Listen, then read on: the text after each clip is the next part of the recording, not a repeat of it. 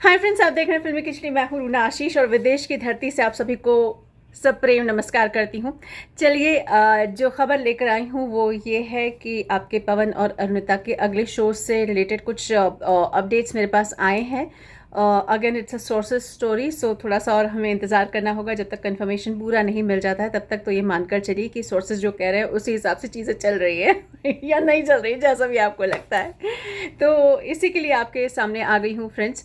Friends, 28 तारीख वाला जो शो था अरुणिता का आसाम में, वो उसको लेकर कई सारी कन्फ्यूजन अभी भी बरकरार है कि हो रहा है नहीं हो रहा है, 28 को नहीं हुआ तो हो रहा है कि मतलब इतने सारे कन्फ्यूजन में ये जो शो हुआ या नहीं हुआ है उसके बारे में इंफॉर्मेशन है। फ्रेंड्स, आप तो जानते हैं कि ये दोनों ही जो थे ये अपने ही बैंड मेंबर जो है पारस, उनके बड़े भाई दीपक, उनकी शादी और उनकी सारी रस्मों में शामिल थे। एंड बहुत जाहिर सी बात है कि अगर जो बैंड मेंबर्स हैं, जो कंप्लीट कोर ग्रुप है पवन और अरुणिता का, अगर उस घर में, उनके घर में अगर कुछ शुभ काम हो रहा हो, शुभ विवाह हो रहा हो, तो सब वहाँ जाएंगे ना, तो सब वहाँ एंजॉय करेंगे ना, सब वहाँ पर मस्ती करेंगे ना। तो सर्टनली ये सब चीज़ें चल रही थी, तो मुझे भी लग रहा था कि भाई 28 का शो तो नहीं होने वाला है।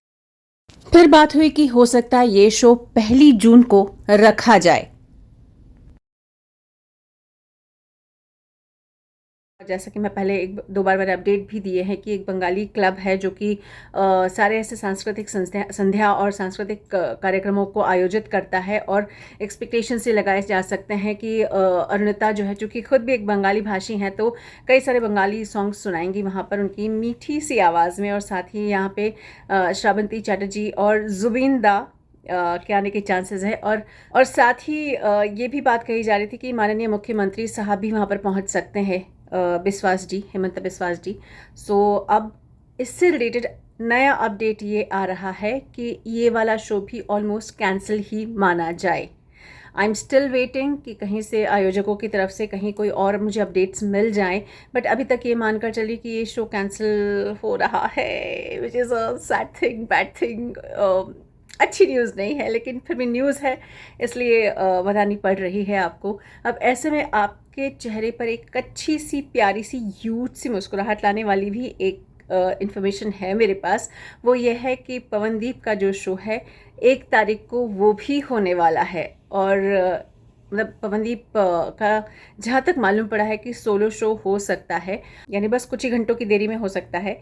It is in Dehradun, okay, again in Uttarakhand. So ऐसा हो काश कि जो अरुणिता है वो चूँकि शादी में गई हुई हैं वहाँ पर, तो वो भी वहीं रह जाएं और थोड़े दिन और रह जाएं, और फिर वो देहरादून वाले शो में पवन के साथ शामिल हो जाएं, तो मुझे बड़ा अच्छा लगेगा। मतलब मेरी सारी दिल की भड़ास निकल जाएगी इन दोनों को देखने के लिए, जो एक एक हुक सी लगी रहती ना कि अरे यार देखा नहीं, सुना नहीं, दिखे नहीं। वो लाइव शो की मेरी जो एक बड़े अंदर से उत्कंठा होती है वो भी शांत हो जाए और इन दोनों को देखना, सुनना, महसूस करना सब मिल जाए। अभी तक ये इन्फॉर्मेशन है। कंफर्मेशन जैसे ही मिलता है मैं उसे अपलोड करने की कोशिश करूंगी, लेकिन अभी तक के लिए, हाल फिलहाल के लिए ये अपडेट मेरे पास आया हुआ है, तो शेयर करने के लिए विदेशी धरती के पर खड़ी होकर आपके सामने बात करने के लिए आ गई हूँ। कैसी लगी इन्फॉर्मेशन ज़रा लिखकर बताइए, और हाँ, विदेश की धरती से भी जय हिंद।